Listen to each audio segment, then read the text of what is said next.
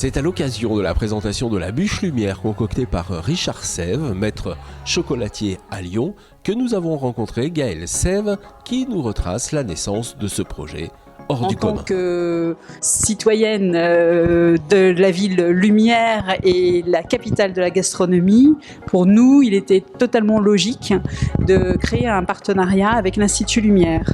Thierry Frémaux nous a invités autour d'une table, donc ici, et nous sommes arrivés avec nos produits.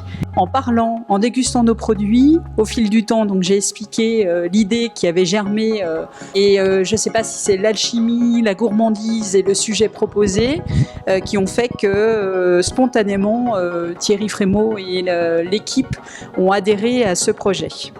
Le sujet accepté, c'est ensuite place à la production.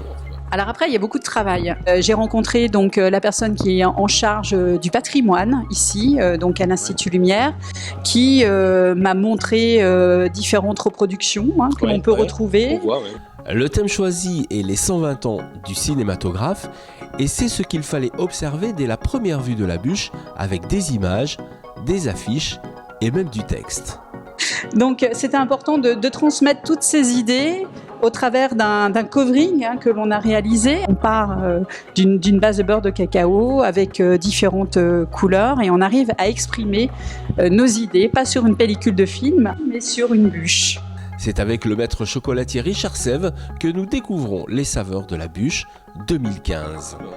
Chaque Noël, chaque année, nous faisons différentes bûches et nous réalisons chaque année de nouvelles créations. Et cette année, nous avons entre autres la bûche lumière.